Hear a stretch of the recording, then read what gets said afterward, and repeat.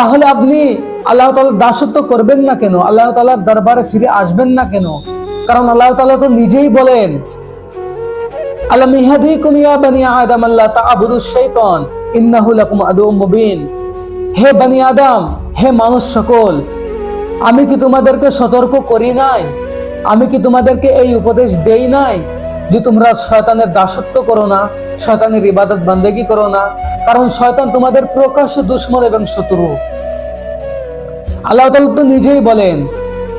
তাহলে এই কথা আল্লাহ তাআলার দরবারে কোনো অজুহাত পেশ করে এই ব্যাপার থেকে মুক্তি পাওয়া যাবে না। কারণ আল্লাহ তাআলা সূরা ইয়াসিনের ভিতরে এই কথাটার মাধ্যমে আপনাদেরকে সতর্ক করে দিয়েছেন। আর আপনি যদি না পড়েন, আপনি যদি গাফিলতি করেন, সেটা আপনার বিষয়, তাই না?